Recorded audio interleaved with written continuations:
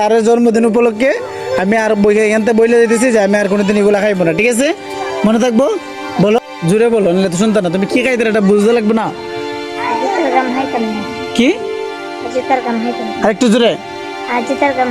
শুনছে না তো, আরেকটু জোরে খাইতে না। কি দিয়ে আগে কি খাইতে?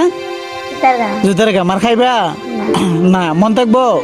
আর এখন খাইতে না গেলে স্কুলে পড়বা এখন থেকে, বুঝছো? চেতন স্কুলে সবসময় আসবা, ঠিক আছে? তোমার দাঁড়াও, তোমার বাসা কোন জায়গা? স্টেশনারি পার। তোমার বাসার মধ্যে কে কে আছে? তোমার বই না আম্মা? আর তুমি সবার বড়? আর তোমার বড় ভাই আছে?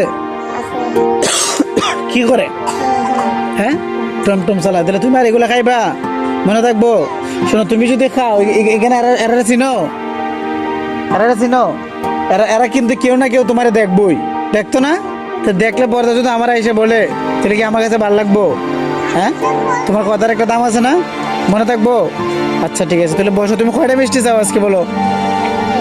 হ্যাঁ, আচ্ছা তুমি বলবা যে আজকে